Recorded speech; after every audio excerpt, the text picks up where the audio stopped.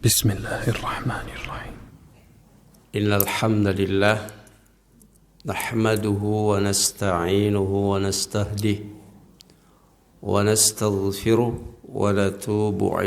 ونتوب إليه ونعوذ به من شرور أنفسنا ومن سيئات أعمالنا إنه من يهده الله فلا مضل له ومن يضلل فلا هادي له وأشهد أن لا إله إلا الله وحده لا شريك له وأشهد أن محمدا عبده ورسوله اللهم صل وسلم وبارك على نبينا محمد وعلى آله وصحبه ومن سار على نهجه واهتدى بهداه إلى يوم الدين أما بعد فإن أصدق الحديث كتاب الله وخير الهدي هدي محمد صلى الله عليه وسلم وشر الأمور محدثاتها فإن كل محدثة بدعة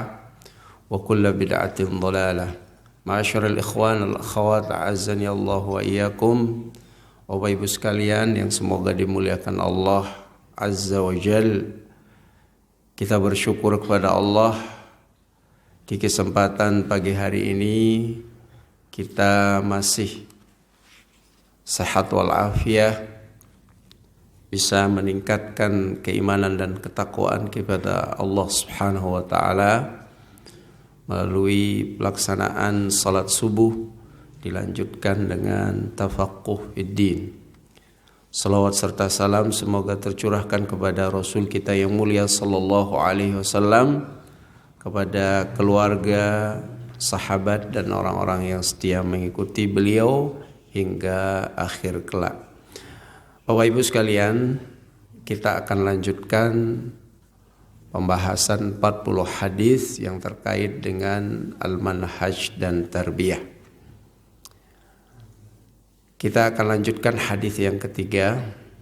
Hadis yang ketiga ini menjelaskan tentang ukuran atau parameter kemuliaan seseorang di hadapan Allah Subhanahu wa taala.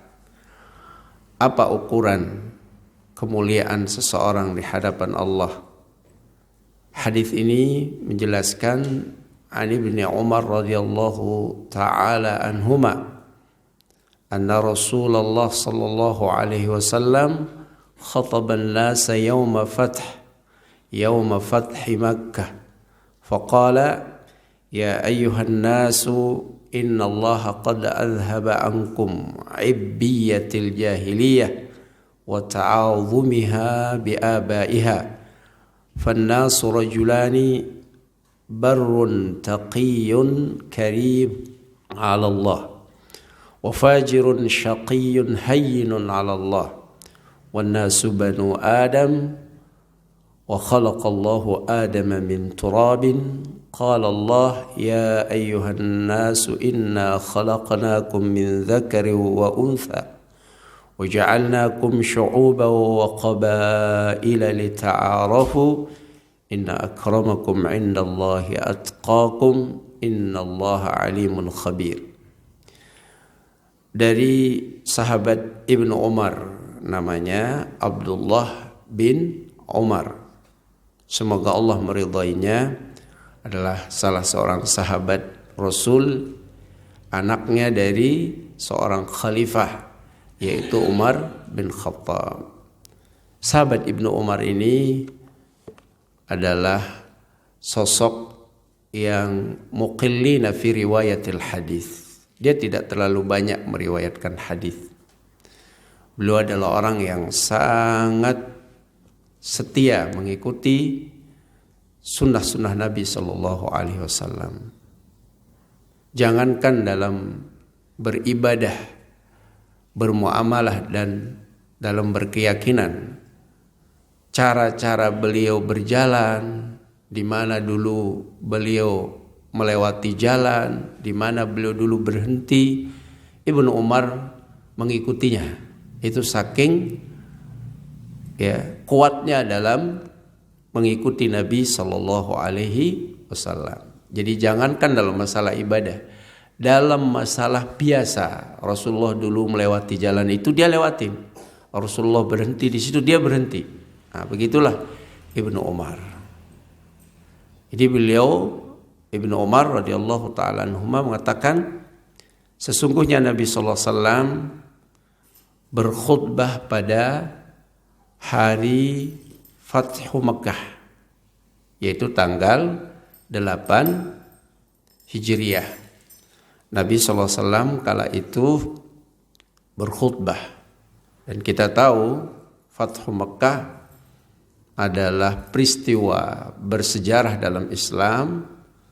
Pada Fathu Makkah atau penaklukan kota Makkah terjadi gelombang kaum muslimin atau orang-orang memeluk agama Islam secara besar-besaran.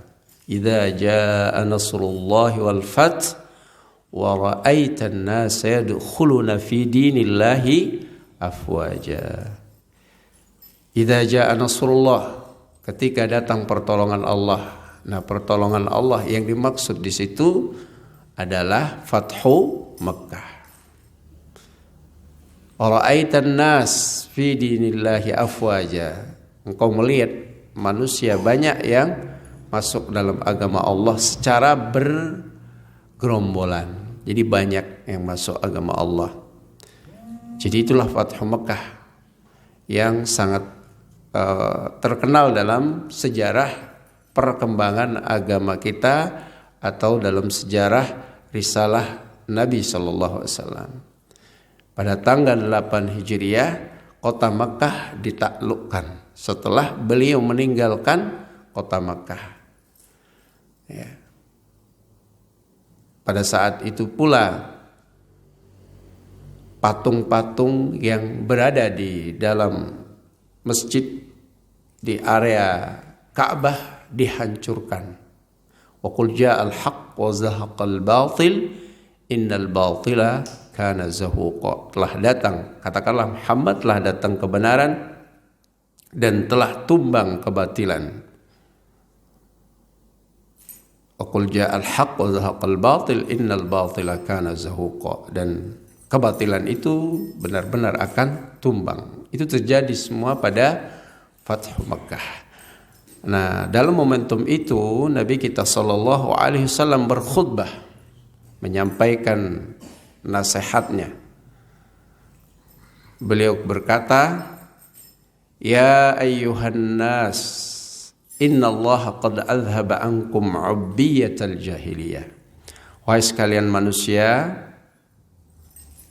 orang-orang yang beriman. Jadi sekalian manusia yang beliau maksudkan di sini yaitu orang-orang yang beriman. Innallaha qad adhhaba ankum 'ubbiyatal jahiliyah. Sungguh Allah telah menghilangkan dari kalian kebanggaan-kebanggaan jahiliyah, kesombongan-kesombongan jahiliyah. Wa ta'adhumiha bi abaiha. Dan kebanggaan-kebanggaan mereka agung-agungkan bapak-bapak mereka. Perhatikan, Rasulullah SAW menyampaikan kepada banyak manusia pada saat itu, para sahabat, tentang salah satu sisi ajaran Islam yang sangat luar biasa dalam memandang parameter, ya, ukuran kemuliaan seseorang di sisi Allah. Kemudian dalam pernyataan ini Nabi menjelaskan tentang sisi ajaran Islam yang telah menghilangkan, ya, kebiasaan-kebiasaan yang tidak baik dari kaum jahiliyah. Kebiasaan yang tidak baik dari kaum jahiliyah itu adalah apa? Mereka berbangga-bangga dengan nasabnya. Mereka berbangga-bangga dengan orang tua mereka, keturunan mereka. Ini adalah kebiasaan jahiliyah. Dan dengan datangnya Islam, semua itu dihilangkan. Berbangga-bangga dengan nasab, keturunan. Dia keturunan fulan, dia anaknya fulan, ya. Dia dari qabilah fulan. Dalam rangka berbangga-bangga. Ini adalah kebiasaan jahiliyah. Yang namanya jahiliyah itu masa sebelum Nabi dibangkitkan. Antara Nabi dibangkitkan dengan berakhirnya risalah Isa alaihissalam itu 400 tahun lamanya. Jadi setelah Nabi Isa meninggal dunia, masa antara meninggalnya Nabi Isa sampai dibangkitkan Nabi kita Muhammad SAW itu berapa tahun? 400 tahun, 4 abad. Nah, masa-masa ini disebut dengan masa jahiliyah kala itu. Kenapa disebut jahiliyah? Karena mereka terkubang dalam kebodohan, terkungkung dalam kebodohan yang luar biasa. Mereka tidak mengerti tentang agama mereka. Mereka tidak mengerti muamalah mereka. Betul-betul bodoh, ya. Mereka tidak bisa membedakan antara yang baik dengan yang buruk. Itulah yang kemudian kita kenal dengan masa jahiliyah. Dari kata al-jahal, kebodohan. Nah, kebodohan orang jahiliyah diantaranya adalah, coba kita perhatikan di sini, ada kebanggaan mereka terhadap keturunan mereka. Ini yang masih tersisa, dan itu yang dihilangkan dalam Islam, dalam ajaran Islam. Kita tidak boleh berbangga-bangga dengan keturunan kita. Kita tidak boleh membusungkan dada, nih saya anaknya fulan, kamu tahu gak? Ini saya anaknya si ini. Saya dari keturunan ini. Itu adalah adat jahiliyah. Ya. Semua yang disandarkan kepada jahiliyah itu tercela. Ya, kita lihat misalnya yang disandarkan kepada jahiliyah, ya, tentang hamiyatul jahiliyah. Mereka sukuismenya tinggi. Pembelaannya terhadap suku-sukunya tinggi, rasisnya tinggi. Itu terlarang dalam Islam. Kemudian misalnya tabarruj al-jahiliyah, gaya bersoleknya kaum jahiliyah. Wala tabarrujal jahiliyatil ula. Ini ditujukan kepada para wanita, janganlah mereka bersolek dengan gaya bersoleknya kaum jahiliyah. Ya. Kemudian kita juga dilarang berprasangka seperti prasangkanya kaum jahiliyah. Jadi setiap yang disandarkan kepada budaya jahiliyah itu terlarang. Nah, Syekh Muhammad bin Abdul Wahab rahimahullah menulis sebuah kitab, ya, sebuah kitab yang mengupas tentang budaya-budaya jahiliyah, puluhan budaya-budaya jahiliyah. Kalau misalnya kita kaji itu menarik sekali, ya, agar kita tidak terjerumus dalam budaya-budaya jahiliyah yang mungkin kita tidak sadari. Ya. Memang ada kalanya tidak sampai kepada kekufuran, ya, tetapi minimal terjatuh kepada perbuatan-perbuatan terlarang atau haram. Nah, diantaranya apa? Berbangga-bangga dengan nasab dan keturunan, status, gitu ya. Tidak boleh seorang muslim untuk membangga-banggakan dirinya karena statusnya, karena keturunan tertentu. Kita semua dalam Islam ini sama. Kita dalam Islam ini sama. Maka di sini Nabi mengatakan fannasu rajulan, manusia terbagi dalam dua kelompok atau dalam dua jenis. Barrun taqiyun karimun 'ala Allah. Bagian pertama adalah orang yang banyak berbuat baik, orang yang bertakwa, orang yang karim, yang mulia di sisi Allah Subhanahu wa ta'ala.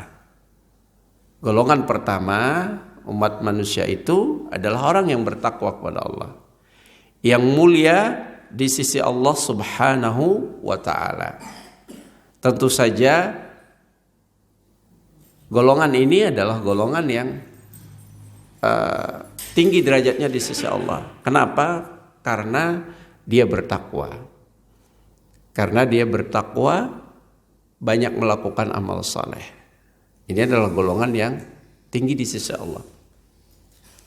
Sekalipun ya, keturunannya bukan keturunan orang-orang terpandang, bukan keturunan ningrat, bukan pula keturunan ya orang yang memiliki status sosial yang tinggi.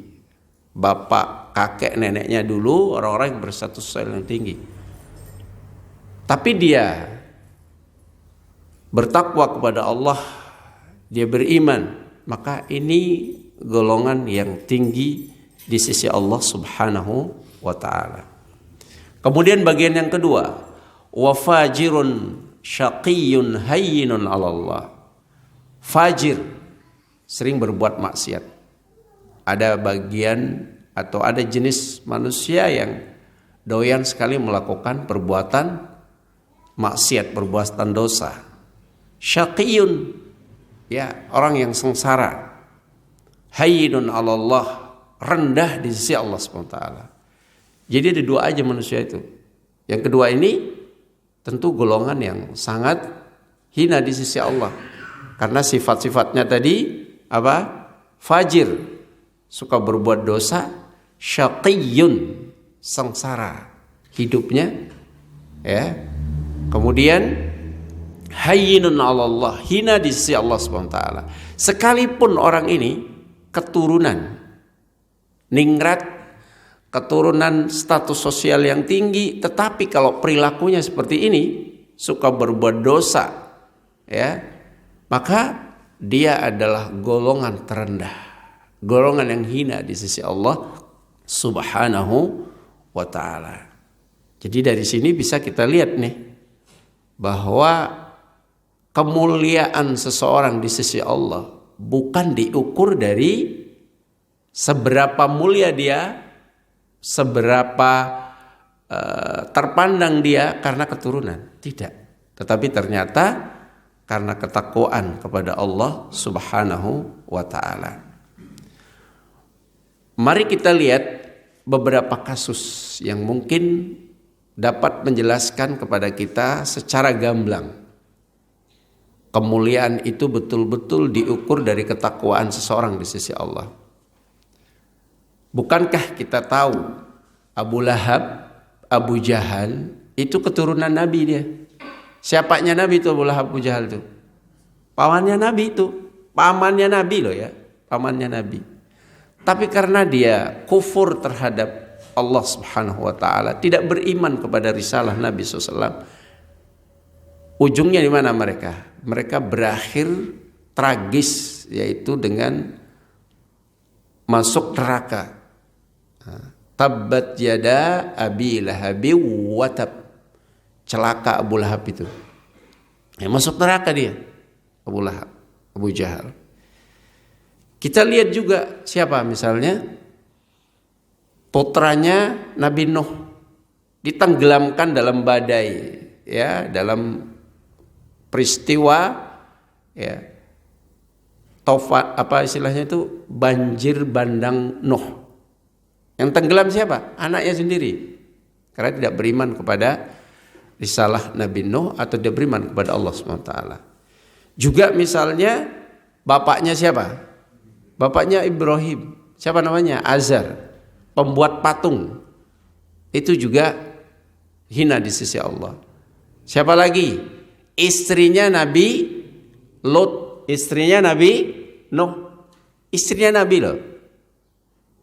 Daraballahu mathalan lilladzina kafaru imra'ata Nuh wa imra'ata Lut kanata tahta 'abdaini min 'ibadina salihaini fakhanatahuma falam yughniya 'anhuma minallahi syai'a wa qila dukhulan nar ma'ad dakhilin. Ini menceritakan tentang siapa? Tentang dua wanita yang berada di bawah dua hamba Allah yang saleh, yaitu istrinya Nabi Nuh dan Nabi Lut. Kanata tahta abdaini min ibadina salihaini fakhanatahuma. Keduanya tadi, istrinya Nabi Nuh dan istrinya Nabi Lut, di bawah dua hambaku yang saleh. Falam yughniya anhuma minallahi syai'a. Dia tidak punya apa-apa di sisi Allah Subhanahu wa taala, rendah di sisi Allah Subhanahu wa taala. Wa qila dukhulan nar ma'ad dakhilin, dikatakan kepada keduanya, istrinya Nabi Nuh dan Nabi Lut itu, masuklah ke dalam neraka bersama orang-orang yang masuk dalam neraka yang lain. Lihat apanya yang kurang? Dia istrinya Nabi, tapi karena tidak beriman dan tidak bertakwa menjadi penghuni neraka. Tapi lihat sebaliknya, seperti halnya Bilal bin Rabah. Siapa yang tidak kenal Bilal? Bilal itu siapa? Tukang azannya Nabi ya. Beliau menjadi tukang azannya Nabi. Nabi itu punya dua tukang azan. Ada namanya Abdullah bin Ummi Maktum, beliau orang yang buta. Yang kedua nih Bilal. Abdullah bin Ummi Maktum ini tukang azan Nabi pada saat bulan Ramadan. Kalau dia sudah azan menandakan waktu subuh itu sudah masuk dan tidak boleh lagi sahur. Sedangkan Bilal itu mengumandangkan azan pada azan pertama. Ini khusus di bulan Ramadan ya. Ala kulli hal, ini tukang azan Nabi. Bilal bin Rabah ini dari budak dia, tapi kemudian dia beriman kepada Allah dan menjadi sahabat yang mulia di sisi Allah, dicintai oleh Nabi Sallallahu Alaihi Wasallam. Begitu juga Ibnu Ummi Maktum, beliau buta, tapi subhanallah beliau mulia di sisi Allah. Ibnu Mas'ud orang yang miskin tapi mulia di sisi Allah. Kenapa? Karena keberimannya. Sampai saat ini kita kenang mereka. Mereka orang-orang ini orang-orang yang mulia. Kita cinta kepada mereka. Karena apa? Karena keberimanannya kepada Allah Subhanahu wa taala. Sampai-sampai Nabi Shallallahu Alaihi Wasallam menyatakan tentang Bilal, ya. Bilal, tentang siapa? Tentang Bilal radhiyallahu taala anhu. Nabi mengatakan, inni la asma'u daffataina 'alaika fil jannati ya Bilal. Subhanallah. Saya mendengar, kata Nabi menyampaikan kepada Bilal, saya mendengar bunyi kedua sendalmu di surga. Padahal waktu itu si Bilal masih hidup. Nabi sampaikan itu. Saya mendengar bunyi kedua sendalmu di surga. Kalau jalan tuh kan ada bunyi sendal tuh. Nah itu sendalnya siapa? Si Bilal itu terdengar oleh Nabi. Itu wahyu dari Allah. Bahwa Bilal ini adalah penghuni surga. Padahal dia dari kalangan mana? Dari budak. Sebelumnya budak. Turunan budak. Tapi subhanallah, dia orang yang mulia di sisi Allah. Jadi dari hadis ini sekali lagi Islam mengajarkan kepada kita tentang parameter ketakwaan. Parameter ketakwaan adalah sejauh mana kedekatan kita dengan Allah. Anda tidak peduli Anda dari keturunan mana, tapi kalau Anda bertakwa kepada Allah, Anda mulia di sisi Allah Subhanahu wa taala. Inilah Islam. Ajaran Islam tidak membuat kasta-kasta. Ya. Tidak ada kasta-kasta dalam Islam. Yang kemudian dengan kasta-kasta itu kita memperlakukan orang secara spesial. dalam bahasa sekarang hak-hak privilege, ya, hak-hak keistimewaannya itu karena keturunan-keturunannya misalnya tidak ada dalam Islam, tidak ada. Makanya ada sebuah kisah dan ini fakta. Ketika Raja Abdullah meninggal dunia di Mekah sana, dia seorang raja. Raja kemudian dikuburkan biasa, tidak ada pemuliaan terhadap kuburannya dengan dikicing misalnya. Mohon maaf, dibangun dengan megah. Tak ada. Dikuburkan seperti biasa. Anda kalau sempat ke Mekah dan Madinah melihat kuburannya di sana, tidak ada bedanya kuburan seorang raja dengan rakyat jelata. Biasa aja. Kejadian ini ternyata telah menggugah kesadaran orang di kawasan Australia sana atau di negara barat lah. Kala itu melihat penguburannya Raja Abdullah, akhirnya dia tersadar. Saya dengar dia masuk Islam. Melihat beginilah Islam. Jadi Islam itu tidak membeda-bedakan orang. Dilihat dari keturunannya. Tapi yang menjadi pembeda ukuran adalah apa? Ketakwaannya di sisi Allah Subhanahu wa taala. Ini menjadi kesempatan kita sama. Jadi jangan sedih. Kita di keturunan mana? Status sosial kita kayak apa? Itu jangan sedih. Sama kita berpeluang, berkesempatan untuk dekat kepada Allah Subhanahu wa taala. Tidak ada sekat di dalam Islam itu, ya, kecuali dengan ketakwaan. Sebagai penegasannya, ya, wan nasu bani Adam wa khalaqallahu Adam min turab. Manusia itu berasal dari asal yang sama. Manusia itu berasal dari siapa? Dari keturunan Nabi Adam.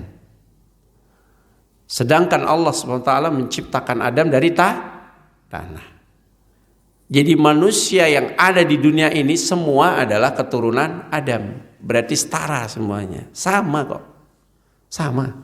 Mau kayak apa dalam status sosialnya, kedudukannya, keturunannya, semua sama kita. Berasal dari, ya, Nabi Adam alaihissalam. Sedangkan Nabi Adam alaihissalam itu berasal dari tanah, dibuat dari tanah awalnya.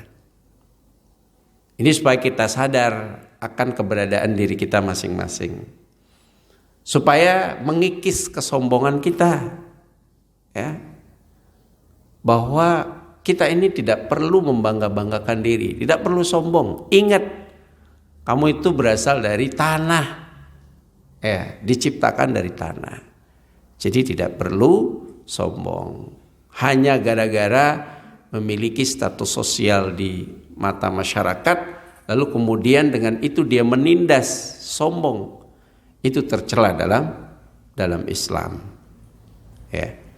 Sampai-sampai Rasulullah SAW, ya, menyebutkan, la yantahiyanna aqwamun yabtakhiruna bi abaihim alladzina matu innama hum fahmu jahannam aw la yakununna ahwana 'ala Allah minal ju'ali alladzi yudahdihu al-khira'a bi anfihi. Subhanallah. Kata Nabi sallallahu alaihi wasallam, sungguh, ya, hendaknya dia berhenti. Ya, kaum-kaum itu berbangga-bangga dengan bapak-bapak mereka yang telah mati. Ya. Ini larangan, teguran keras yang luar biasa dari Nabi. Hendaknya mereka berhenti untuk membangga-banggakan bapak-bapak mereka yang telah mati dalam keadaan kafir. Ya. Di sini Rasul memerintahkan mereka untuk melarang mereka dengan tegas. Jangan sampai membangga-banggakan bapak-bapak mereka yang telah mati meskipun di dunia dahulu apa? Punya kedudukan, dipandang oleh masyarakat, tetapi mati dalam kondisi kekafiran. Jangan sampai membangga-banggakan. Ya. Nabi mengatakan, mereka itu adalah arangnya neraka jahanam.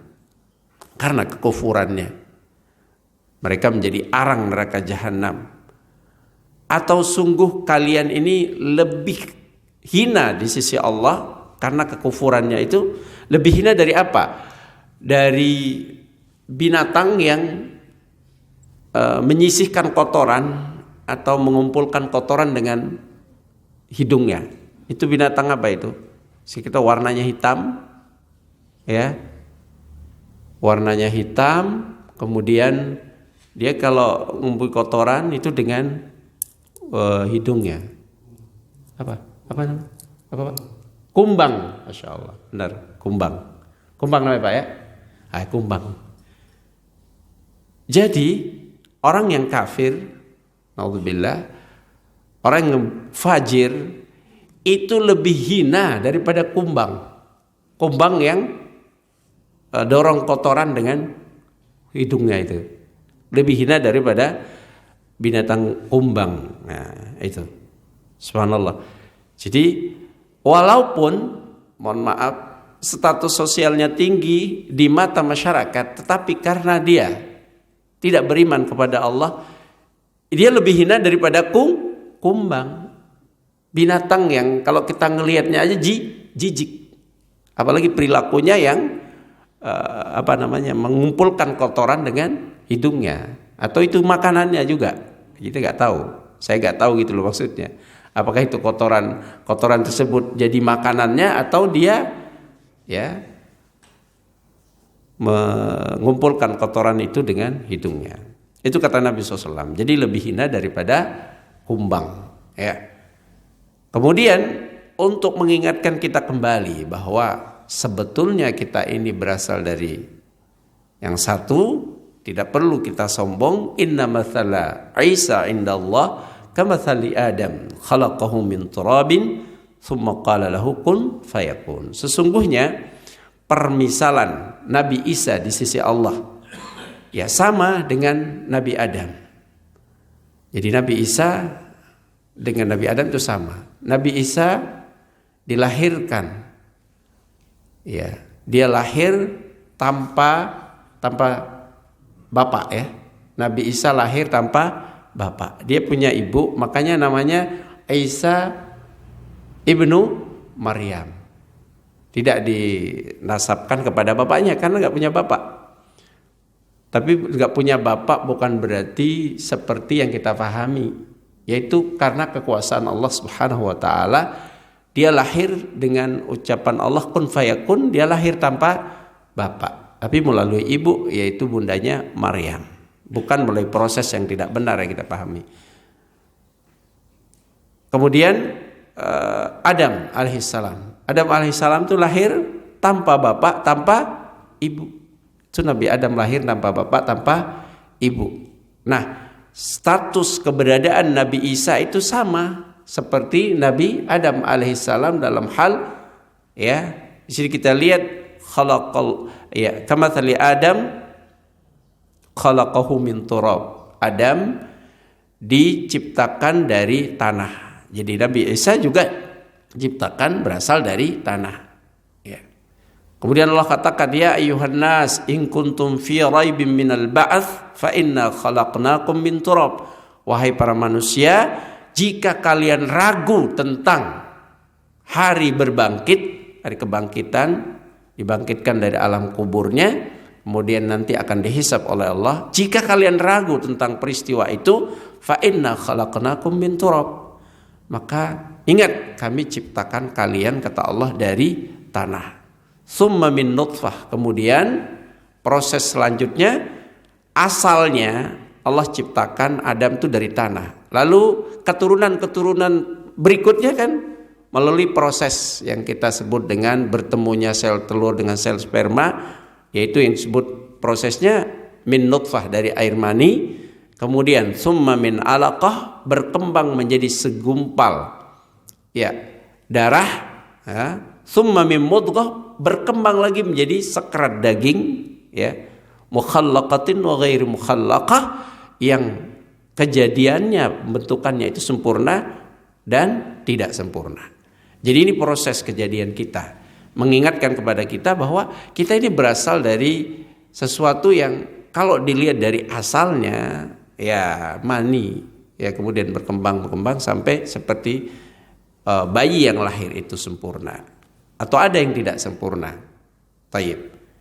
Ini penegasan dari Allah SWT. Kemudian di surah Al-Hujarat ini lebih tegas lagi. Ya ayyuhan nas inna khalaqnakum min dzakari wa untha. Wahai para manusia, sesungguhnya kami ciptakan kalian dari baik laki-laki maupun perempuan, ya.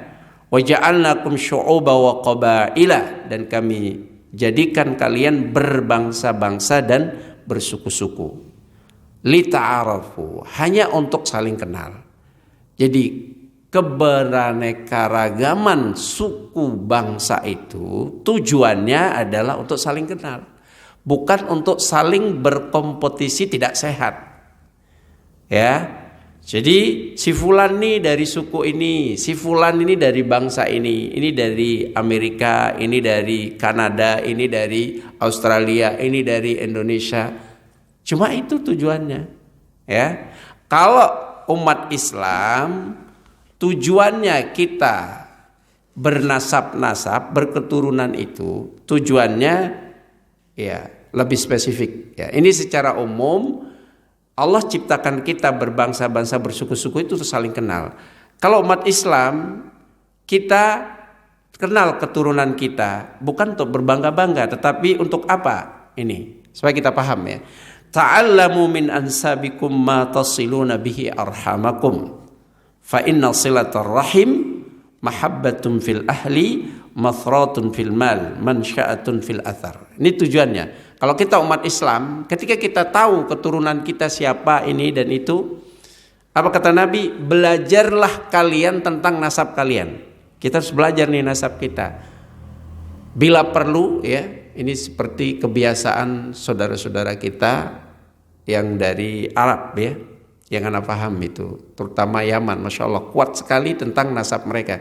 Mereka punya struktur nasab ya, pohon nasab tuh bapaknya siapa, kemudian ini anaknya tuh semua lengkap. Ini yang Anda diceritakan seperti itu. Ini bagus sekali, bagus sekali. Kita nih orang Indonesia kayaknya kurang di sini. Kita paling tahu kakek kita nomor yang 3 paling ya. Misalnya kayak saya nih, karena nggak pernah didik seperti itu, saya coba cari tanya-tanya gitu. Saya paling tahu itu kakek saya sampai kedua aja. Saya namanya Muhsan bin Syarafuddin bin Ibrahim. Nah selebihnya saya nggak tahu, ya, karena kita tidak dibiasakan. Padahal kata Nabi SAW, belajarlah kalian nasab kalian. Tuh, Nabi itu terlacak nasabnya sampai Adnan tuh, sampai Ismail alaihissalam, Muhammad bin Abdullah bin Abdul Muttalib bin Hashim bin Abdi Manaf bin Qusay bin Kilab, seterusnya itu sampai Adnan Ismail. Subhanallah. Nah ini Nabi menyuruh kita untuk belajar supaya kita kenal nih. Tujuannya apa? Ma tasiluna bihi arhamakum, supaya kalian bisa silaturahim. Karena kalau nasab kita, keluarga kita itu lebih berhak untuk kita silaturahim, berbuat baik kepada mereka, menyambung silaturahim. Fa inna silaturahim, karena bersilaturahim itu mahabbatun fil ahl, akan menanamkan rasa cinta dalam keluarga kita. Kalau kita sering mengunjungi paman kita, umpamanya ya, kakek kita, saudara-saudara kita, saling bersilaturahim, itu akan menumbuhkan rasa cinta di antara keluarga. Berbeda dengan gak pernah dijenguk dan gak mau tahu siapa keluarganya. Kan itu namanya apa ya? Kebencian yang ada. Nah, Nabi mengajarkan kita untuk tahu nasab kalian agar bisa bersilaturahim, karena bersilaturahim itu bisa menumbuhkan rasa cinta, kemudian mathratun fil mal, keberkahan di dalam harta. Orang yang sering silaturahim insya Allah dimudahkan rezekinya. Mansya'atun fil ajal, akan diberkahi umurnya. Ini manfaat silaturahim. Dari mana dan untuk siapa silaturahim itu? Kepada keluarga-keluarga kita. Jangan sampai kebalik. Kalau orang lain kita sering kunjungi, kita sering bercanda, kita sering berakrab ria, padahal keluarga kita sendiri jarang kita silaturahimin. Kalau orang lain bukan silaturahim namanya, teman sekantor misalnya bukan silaturahim, tapi ziarah biasa. Yang dianjurkan dan berpahala adalah silaturahim. Nah, seperti itu. Jadi Allah katakan Allah ciptakan berbangsa-bangsa dan bersuku-suku hanya untuk saling kenal. Inna akramakum indallahi atqakum. Sungguh yang paling mulia di antara kalian di sisi Allah adalah yang paling bertakwa. Sesungguhnya Allah Maha mengetahui, ya, alim, khabir, Maha mengetahui. Baik, jemaah sekalian yang dirahmati Allah Subhanahu wa taala, dari hadis yang mulia ini kita bisa mengambil kesimpulan yang ini semoga menjadi pelajaran penting bagi kita semua. Pertama, bahwa agama kita yang mulia, agama Islam adalah agama yang sempurna karena telah menunjukkan kepada kita setiap atau segala sesuatu amalan-amalan yang terpuji dan amalan-amalan yang terlarang. Jadi setiap perkara yang baik itu dijelaskan dalam Islam. Begitu juga yang tidak baik dijelaskan. Tidak hanya hal-hal yang baik. Yang baik untuk kita pertahankan, untuk kita lakukan. Sedangkan yang buruk untuk kita hindari. Dan itu dijelaskan dalam agama kita. Tidak ada yang ditutup-tutupi. Tidak ada rahasia. Dalam agama kita itu gak ada rahasia. Semua disampaikan oleh Nabi Sallallahu Alaihi Wasallam. Tidak satu amalan yang bisa mendekatkan kita kepada surga kecuali Nabi sampaikan. Begitu juga tidak satu amalan yang bisa menjerumuskan kita ke dalam neraka, beliau sampaikan. Beliau sampaikan untuk dihindari. Itu bukti kesempurnaan Islam. Yang kedua, dari hadis yang mulia ini menjelaskan kepada kita tercelanya sifat sombong. Sombong itu sangat tercela. Bahkan iblis laknatullahi alaih, naudzubillah, iblis itu dikeluarkan dari surga, dahulunya bertempat di tempat yang istimewa, tapi karena kesombongannya akhirnya dikeluarkan dari tempat itu dan terlaknat sampai sekarang. Kenapa? Satu perkara yang dia tonjolkan, yaitu kesombongannya. Disuruh sujud oleh Allah kepada Nabi Adam sebagai sujud penghormatan, tapi dia sombong, gak mau sujud. Dia beralasan, khalaqtani min narin wa khalaqtahu min tin. Engkau ciptakan aku dari api, kata dia, sedangkan Adam engkau ciptakan dari tanah. Ya saya lebih mulia, ngapain saya harus sujud? Kayak gitu, kira-kira seperti itu. Akhirnya dia terusir dari neraka. Jadi kesombongan itu adalah sikap atau akhlak yang sangat buruk. Iblis dikeluarkan dari surga ke dalam kondisi terhina karena kesombongannya. Naudzubillah. Yang namanya sombong itu begini. Namanya sombong itu kata Nabi SAW, al-kibru batarul haq wa ghamtin nas. Ini ukuran kesombongan. Kesombongan itu adalah batarul haq. Dia menolak kebenaran. Ketika disampaikan ini benar, dia tolak. Dan meremehkan manusia. Itulah kesombongan. Ini yang dibenci oleh Allah SWT. Jadi dalam hadis ini, ya, jelaskan kepada kita tercelanya sifat sombong. Berikutnya, tercelanya pula secara khusus berbangga-bangga dengan keturunan dalam rangka sombong. Kalau hanya sekedar kita bilang, dulu bapak saya alhamdulillah beliau menjabat sebagai seorang gubernur gitu. Kalau sekedar menceritakan, bukan dalam rangka sombong. Identitasnya misalnya kita ungkap, dulu bapak saya alhamdulillah pernah menjabat di daerah sini. Ketika dia Cina, ini bapak saya dulu di sini pernah jadi bupati, pernah jadi gubernur. Tapi bukan dalam rangka sombong, tidak apa-apa. Tapi kalau kemudian supaya dia dikenal, supaya dia tahu, oh Karena saya ini bukan orang kaleng-kaleng. Ini buktinya itu bapak saya dulu gubernur di sini. Jadi jangan macam-macam. Nah, ini yang dilarang. Ini namanya kesombongan, ya.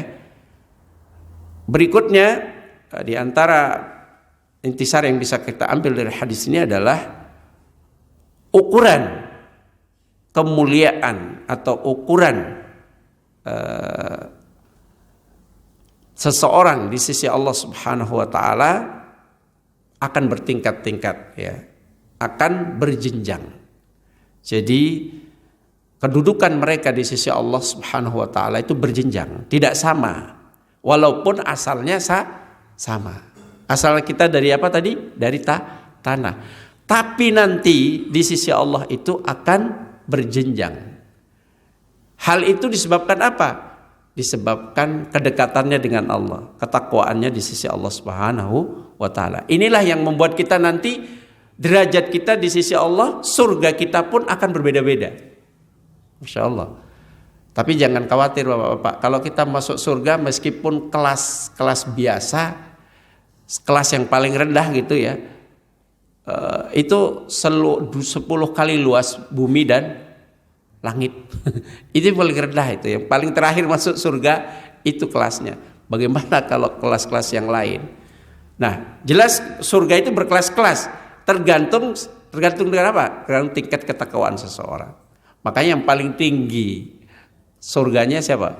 Para nabi, syuhada, siddiqin, orang-orang soleh, itu tinggi surganya. Tapi jangan khawatir, sekali lagi, meskipun kita masuk surga kelasnya nggak leks banget gitu, ya semuanya nikmat surga itu. Oke. Jadi itu di apa namanya, ukuran tersebut berjenjang-jenjangan kita itu disupport dengan ketakwaan kita, keimanan kita. Berikutnya yang bisa disampaikan intisari dari hadis ini adalah anna min asbabiz zawal atau takhfifit tafakhur tadhakkurul asal al-awwal. Masya Allah. Hal yang bisa menghilangkan kesombongan kita, ingat asal kita. Ya, ini akan mengikis rasa sombong kita. Kalau kita mau sombong, ingat, wah, kita ini dicipta dari tanah, dari mani yang menjijikkan lah, ya toh, kita di situ. Ya, ketika kita mau sombong, ingat asal kita, maka insya Allah kita tidak sombong. Ya. Berikutnya, ya, anna aulan nas bil bu'd anit tafakhur bil aba hum du'atul khair. Orang yang paling seharusnya, yang paling dituntut untuk tidak sombong, ya, menjauhkan diri dari kesombongan adalah para du'atul khair, para thalabul ilmi. Kita ini sebenarnya orang yang paling dituntut untuk tidak sombong. Mengapa tidak? Kita udah kenal kebaikan, bahwa sombong itu tercela. Maka kita adalah orang yang paling pantas untuk tidak sombong, ya. Berikutnya yang terakhir, kesombongan itu adalah maksiat. Ya. Jadi kesombongan itu adalah maksiat. Maksiat itu artinya apa? Pembangkangan terhadap ajaran-ajaran Islam yang benar. Ya. Dan dengan demikian di antara sebab manusia lari dari kita, ya, kemudian dakwah kita tidak didengar, ya, kebaikan-kebaikan kita sampaikan tidak didengar karena kesombongan. Jadi kalau ada dai yang sombong, ya, kalau ada seorang penuntut ilmu yang sombong, yakin nggak disenangin orang, apalagi Allah nggak akan pernah disenangi. Demikian Bapak-bapak, Ibu-ibu sekalian, hadis yang kita pelajari pada kesempatan pagi hari ini. Jadi kesimpulannya bahwa dalam ajaran Islam kita dikenalkan dengan satu prinsip yang sangat istimewa yang tidak didapatkan di agama-agama lain. Prinsip kesetaraan. Nah, ini prinsip kesetaraan. Kita sama di mata kedudukan kita itu sama di sisi Allah. Ya. Kita berkesempatan untuk bertakwa, mendekat kepada Allah itu setara, siapapun bisa. Dan inilah yang kemudian akan menjadi pembeda. Sejauh mana kedekatan kita dengan Allah, itu derajat kita di sisi Allah pun akan berbeda-beda. Yang pada akhirnya jamaah sekalian yang dirahmati Allah Subhanahu wa taala, membawa kita pada suatu optimisme ya, bahwa kita ini, semua kita ini walaupun dengan latar belakang yang berbeda ya, dengan ketakwaan kita bisa meraih satu kemuliaan. Ini semua kita berkesempatan. Inilah ajaran Islam yang paripurna. Semoga Allah Subhanahu wa taala ya menjadikan kita sebagai hamba-hambanya yang dekat dengannya, meraih kemuliaan dengan ketakwaan, baik kemuliaan di dunia maupun di akhirat. Demikian Bapak Ibu sekalian yang dirahmati Allah, apa yang kita sampaikan di kesempatan pagi hari ini semoga bisa difahami dan bisa kita amalkan dalam kehidupan kita. Wallahu ta'ala a'la wa a'lam. Baik, silakan mungkin ada yang ingin bertanya dari penjelasan yang kurang jelas. Ya ayyuhan nasu inna khalaqnakum min dzakarin wa untha wa ja'alnakum syu'uban wa qabaila lita'arafu inna akramakum 'indallahi atqakum innallaha 'alimun khabir.